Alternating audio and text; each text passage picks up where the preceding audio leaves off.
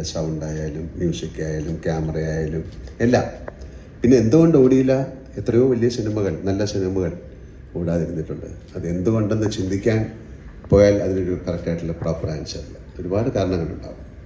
പക്ഷേ സിബി അതിനെ വീണ്ടും റീ എഡിറ്റ് ചെയ്യണമെന്ന് പറഞ്ഞിട്ട് അദ്ദേഹത്തിന് ഇപ്പോൾ ഈ സിനിമ എങ്ങനെ കാണിക്കണം, ഞങ്ങൾക്ക് നിങ്ങളോട് എന്തോ പറയാനുള്ളത് നിങ്ങളെ കാണിക്കാനായിട്ട് അത് അദ്ദേഹം മനോഹരമായി ചെയ്തിരിക്കുന്നു എന്നാണ് ഞാൻ മനസ്സിലാക്കുന്നത്. എൻ്റെ സിനിമാ ജീവിതത്തിലെ ഏറ്റവും നല്ല സിനിമകൾ തന്ന സംവിധായകനാണ് അദ്ദേഹം. എൻ്റെ ആദ്യത്തെ സിനിമകൾ മഞ്ഞിൽ വിരിഞ്ഞ പൂക്കൾ മുതലുള്ള ബന്ധമാണ്.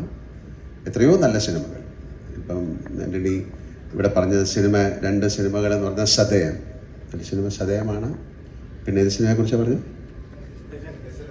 ദശരഥം. അതൊക്കെ ആ സമയത്ത് എന്തുകൊണ്ട് ഓടിയില്ല എന്ന് പറഞ്ഞു കഴിഞ്ഞാൽ അതിൻ്റെ ഒരു കാരണമില്ല. പക്ഷെ അതൊക്കെ ആ ഒരു ചിന്ത ഇത് ഉദിപ്പിച്ച ആ ദൈവത്തിന് ആദ്യം നന്ദി പറയണം, അല്ലേ? ഇങ്ങനൊരു സിനിമ ഇത് വീണ്ടും നിങ്ങൾക്ക് ഇത് ആളുകളിലേക്ക് എത്തിക്കാൻ സാധിക്കുമെന്ന് ചിന്തിച്ച ആ മനസ്സിന് നന്ദി പറയുന്നു.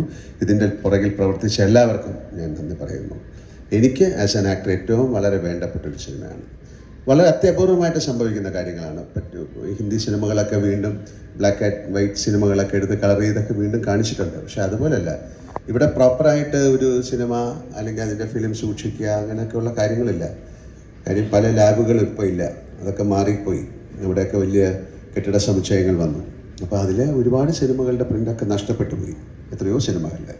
പക്ഷേ ഇത് അവിടെ ഇരുന്നത് വീണ്ടും ഈ സിനിമ കേരളത്തിലെ പ്രേക്ഷകർ അല്ലെങ്കിൽ ലോകത്തിലുള്ള മലയാളികൾ കാണണം, അല്ലെങ്കിൽ മറ്റു ഭാഷയിലുള്ള ആൾക്കാർ കാണണം എന്നുള്ള അതിൻ്റെ അകത്തുള്ളൊരു ആഗ്രഹം ഈ സിനിമയ്ക്കുണ്ടെന്ന് ഞാൻ വിശ്വസിക്കുന്നു.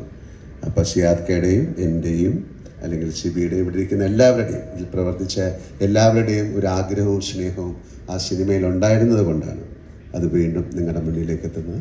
ആ സിനിമയ്ക്ക് എല്ലാ ഭാവുകങ്ങളും ഞാൻ നേരുന്നു. ഞാനും അതിൻ്റെ ഒരു ഭാഗമാണ്. എന്നാലും എല്ലാവിധ ഭാവുകങ്ങളും ആ സിനിമയ്ക്ക് ഉണ്ടാകട്ടെ. നല്ല നല്ല സിനിമകൾ ഉണ്ടാകട്ടെ. അത്തരം സിനിമകൾ കാണാൻ നല്ല പ്രേക്ഷകരുണ്ടാകട്ടെ. ആ സിനിമകളിലൊക്കെ അഭിനയിക്കാൻ ഞങ്ങൾക്കും ഭാഗ്യം ഉണ്ടാകട്ടെ. Thank you very much.